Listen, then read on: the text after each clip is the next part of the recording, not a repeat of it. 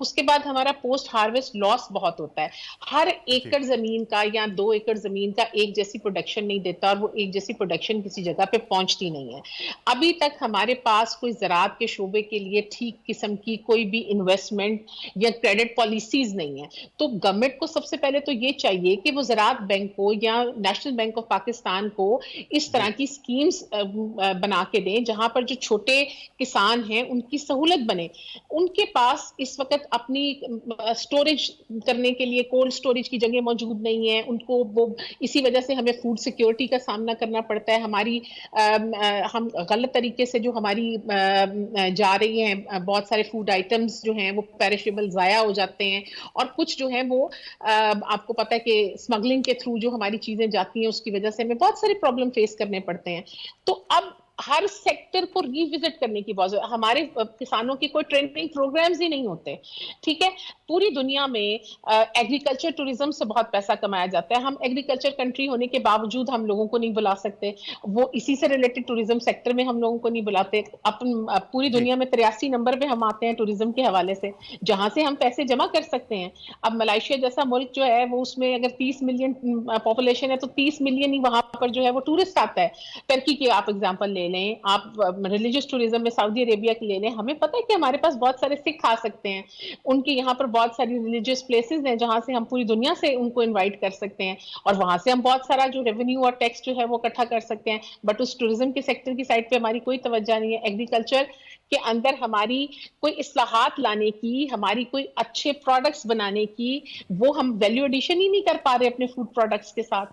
ہمارے جو فوڈ ہے جی اب ہماری بات ہو رہی تھی, ہم نے یہ کہا کہ ٹرکی کے ساتھ ہم ویسے کہتے ہیں کہ ترکیہ ہمارا بڑا برادر ملک ہے اور بڑی ہماری طیب اردگان صاحب سے اور پورے ترکیہ کے ساتھ ہماری بڑی سینٹیمنٹس ہیں. ہم نے ایک ٹرین شروع کی کہ جس کے ذریعے سے یہ ہوگا کہ 3 سے 4 دن میں ہم جو ہیں اپنے آئٹمس جو ہیں وہ ایکسپورٹ کر سکتے ہیں ترکیہ اور پاکستان کے درمیان.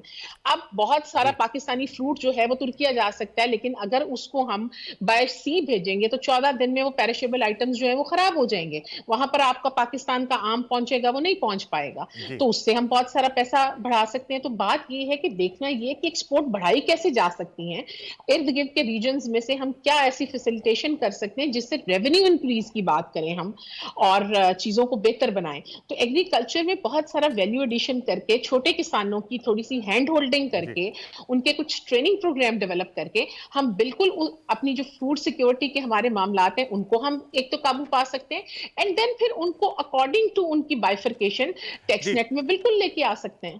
جی جی بالکل آپ کی بات ٹھیک ہے. میں آپ کے پاس آتا ہوں. عطار علی صاحب, یہ کچھ بڑے بڑے بزنس گروپ ہیں اور بڑے بڑے بزنس مین بھی ہیں پاکستان میں. انہوں نے ساتھ ساتھ ٹرسٹ قائم کر رکھے ہیں اور ان کے گروپ کا یا ان کی کمپنی کا انکم کا ایک بڑا حصہ ٹرسٹ میں چلا جاتا ہے رفاہ عامہ کے نام پر, اور وہ انکم ٹیکس چارج نہیں ہوتا اس پر. تو کبھی ایف بی آر میں اس کا کوئی انویسٹیگیشن ہوئی ہے کبھی, یا ابھی ہونی چاہیے کہ اس کو بھی چیک کریں کہ یہ جو ٹرسٹ میں چلے جاتا ہے ایک بڑا حصہ, کیا اس کی یوٹیلائزیشن کس حد تک ہے؟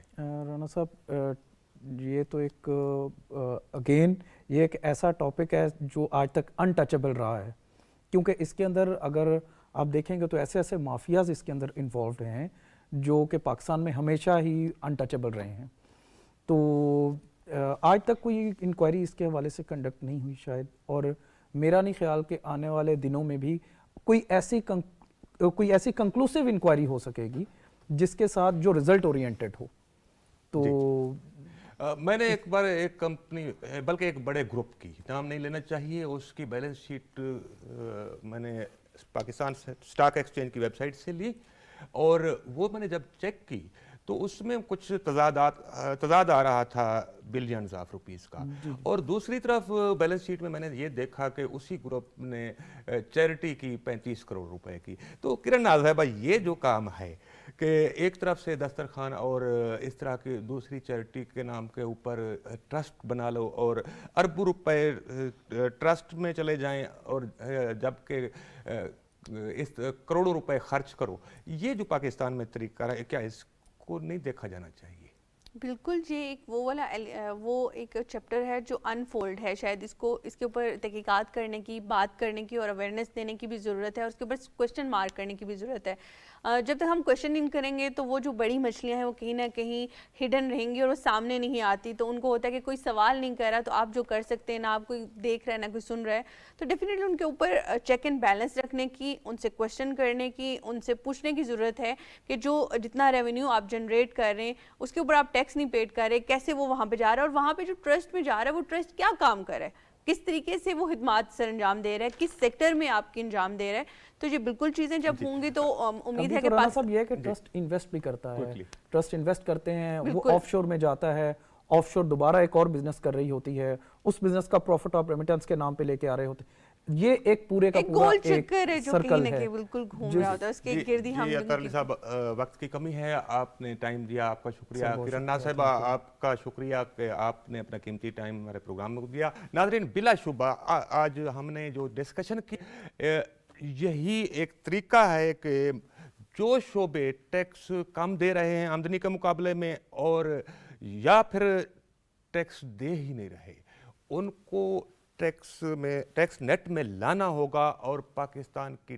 ٹیکس بیس کو وسیع کرنے کا طریقہ ہی ایک واحد حل ہے کہ ہم مالیاتی خسارے سے چھٹکارا حاصل کر سکتے ہیں. اور ایک دن آئے گا کہ پاکستان کا بجٹ خسارے کا بجٹ ہونے کی بجائے ایک سرپلس بجٹ ہوگا، اور تب بھی پاکستان کی معیشت اپنے پاؤں پر کھڑی ہو سکتی ہے. اگلے اتوار کو پھر ملیں گے. اللہ